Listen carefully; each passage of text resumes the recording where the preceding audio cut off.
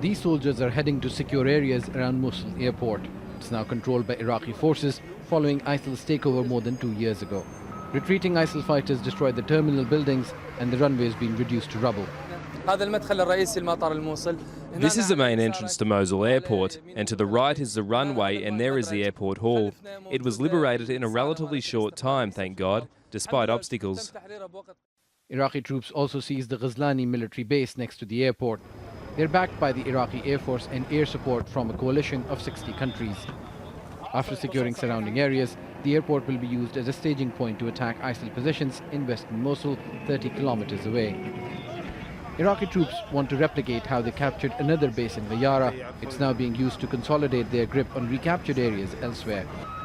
Military commanders say some ISIL fighters resisted, but the group's response has not been as fierce as it was during the battle for eastern Mosul. It's thought ISIL's strategy is to fall back from remote front lines and consolidate in densely populated areas.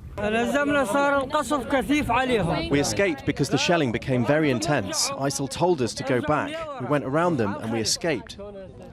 Hundreds of Iraqis have fled in the last 2 days as Iraqi troops captured about 20 villages in southwestern Mosul.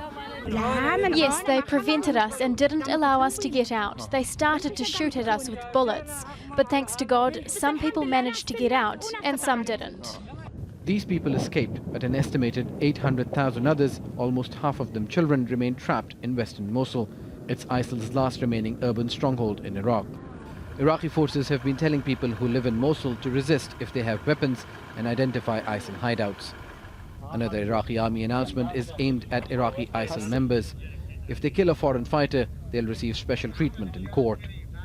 Capturing Mosul Airport suggests that the first phase of the operation to retake the city of Mosul is going according to plan. But Iraqi military commanders know that the critical part will begin once their troops enter the densely populated areas of western Mosul.